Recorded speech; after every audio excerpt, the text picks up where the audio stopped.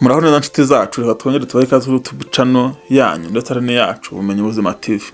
Uyu munsi rero tugiye kurebera hamwe umwandiko witwa Isake na Sakabaka. Ariko mbere yuko dutangira, niba uri mushya kuri YouTube channel, kora subscribe, like, share na comment. Ube duteye inkunga, ubundi dutize iminota yawe 2 cyangwa 3 kugira ngo tubane mu kiganiro. Isake na Sakabaka. Isake yagiye guhaha, ivuyeyo ihura na Sakabaka. Isake kubise Sakabaka amaso, iratura, maze ukuguru iraguhina. Sakabaka ibaza Isake iti, uhahiye he? Barahaha bate? Isake irayisubiza iti, duhahiye i Bugoyi, ariko birakomeye. Irebere nawe baraguca ukuguru, maze baguha amahaho. Ihute rero.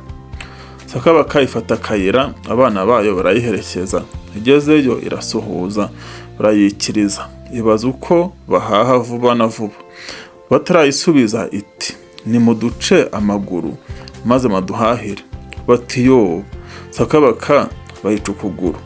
Ihagaze birayinanira, irahenuka, iheraho.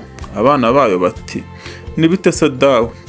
Sakabaka iti, nimutahe ariko kuvubu muziture abana ba Rusake.